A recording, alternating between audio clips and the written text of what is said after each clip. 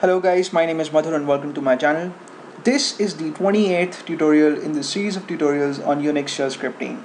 In this tutorial, we're going to learn to use the if-then statement in our scripts to make decisions.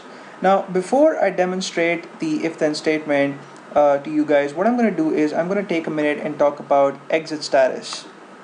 Now, I have my terminal here, and if I type in a command, any command, even clear, then what the shell does is it associates a value to the command, and it basically uses two numbers. It uses 0 if the command has been executed successfully, and it uses 1 if the command has not been executed successfully. So if I would use mkdir with the argument new here, and if I would press the enter key, then a folder called new would have been created in my home folder. And if I want to check out whether this was done successfully or not, then I have a lot of options. I can either go to the home folder and find my folder new there, or I can execute the ls command in my terminal and find the directory name new in the output of ls, or I can check out the exit status of the command mkdir space new. And in order to do that, I would have to echo out the system variable $? On screen. So there you go, you see that the output is 0, which means that the command was executed successfully. If I would execute the same command again, then this time mkdir would throw an error message at me because the folder new already exists and it could not create it again. So if I would check out the exit status of this command, then I would see that the shell displays 1 to me instead of 0, which means that there was some problem with the command. Either the syntax was incorrect, or the argument that I passed to the command was faulty. There was some problem with the command, and thus its exit status is 1. It would tell that to me, right?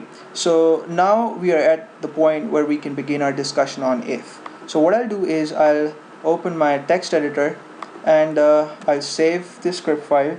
And I've become bored and sick and tired of the naming convention that we've been following in this course. So I'll be a little more elaborate, and I'll give a name if-then.sh, that is if-then.sh, to be just a little more elaborate. I hope you guys appreciate that.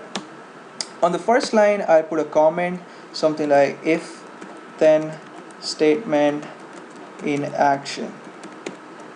Now what I'm going to do in this script is I'm going to ask the user to provide me two names, and the first name has to be the name of a file that exists in the home folder, and if the file exists, then it would be renamed to the second name that has been provided to the script, right? So it's going to be a simple file, and we would use the mv command for renaming, and we've discussed mv in the previous tutorials. In case you don't know how mv works, then you can check out the other tutorials that I made, and you would find mv in one of the tutorials, right? So first I'll have to ask the user to provide me two file names, and I'll display a message in order to ask him.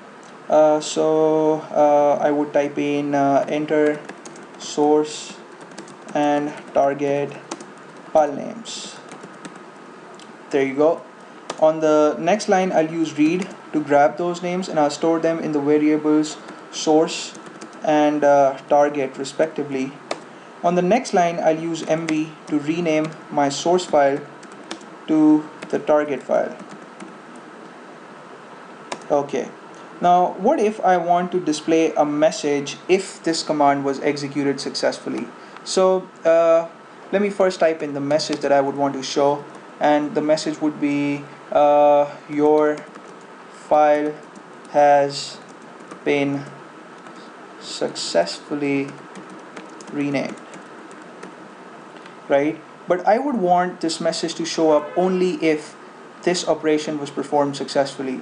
So what I would have to do is I would have to use the if statement in this case. So if I simply type in the keyword if before my mv command, then what the shell would do is it would first execute this command, and it would find out the exit status of this command, right? If the exit status would be 0, then it would execute the echo statement, and if the exit status would be 1, then it would basically do nothing, right? But the if statement doesn't work alone. It requires two more keywords. The first keyword that it requires is the then keyword, and the other keyword that it requires is the fi keyword. Now fi is nothing but if spelled backwards, and it's something that you have to put at the end of your if block to indicate to the shell that we've done working with our if statement, and the range of if is only between the then keyword and the fi keyword, right? So I hope you've got this, and the syntax is very simple and the operation is even simpler. It checks whether the command that follows the if has been executed successfully or not. It checks the exit status. If it is 0, then it considers itself good to go. If it's 1, then it does nothing, right? So it's very simple.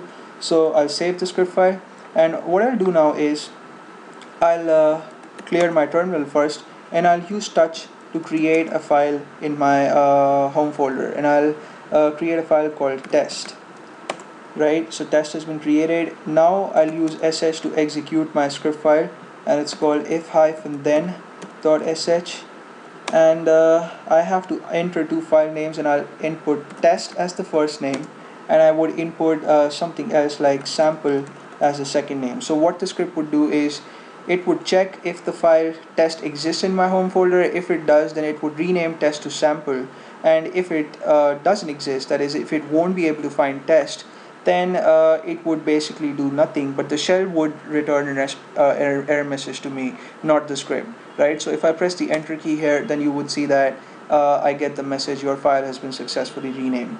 So that's what the if statement does for you.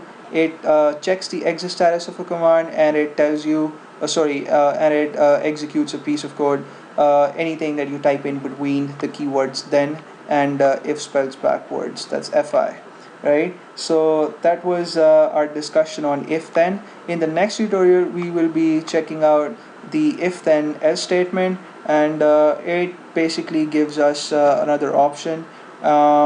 In this tutorial we did some work because the exit status of our command was 0. What if we wanted to display another message if the exit status was 1? And in order to do that, we would have to use the keyword else, and I will leave that discussion for the next tutorial. Thank you so much for watching this one. Please subscribe to my channel, and I'll see you guys in the next tutorial.